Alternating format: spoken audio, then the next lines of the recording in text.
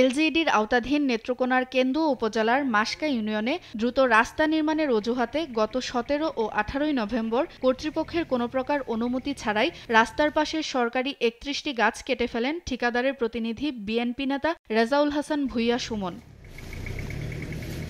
এ ঘটনায় সহকারী কমিশনার নাঈম ইসলাম চৌধুরীকে প্রধান করে ৩ সদস্যের একটি তদন্ত কমিটি গঠন করে উপজেলা প্রশাসন। এদিকে ঘটনার প্রাথমিক সত্যতা পাওয়ায় মাসকা ইউনিয়নের উপসহকারী ভূমি কর্মকর্তা আব্দুল জলিল বাদী হয়ে ঠিকাদারের প্রতিনিধির নাম উল্লেখ করে অজ্ঞাত ৩-৪ জনকে আসামি করে থানায় একটি মামলা দায়ের করেছেন।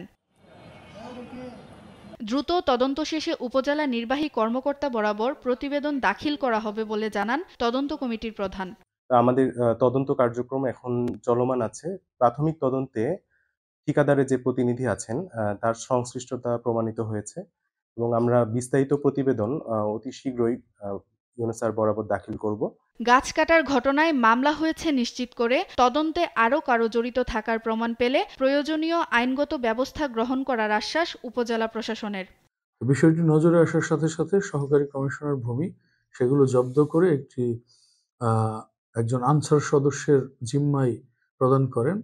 এ বিষয়ে একটি তাৎক্ষণিকভাবে ৩ সদস্য বিশিষ্ট তদন্ত কমিটি গঠন করা হয়েছে এবং সেটির আহ্বায়ক হচ্ছেন সহকারী কমিশনার ভূমি। তদন্ত কাজ চলমান রয়েছে।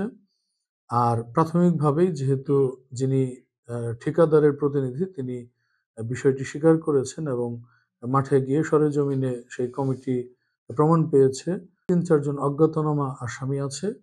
তো অন্যদের কোনো সংশ্লিষ্টতা যদি এখানে আমরা পাই তদন্তের মাধ্যমে তাহলে আমরা তাদের বিরুদ্ধে ব্যবস্থা গ্রহণ করব। গত ২৪ নভেম্বরও একই রাস্তা থেকে অবৈধভাবে আরও ৩টি গাছ কাটা হয়েছে।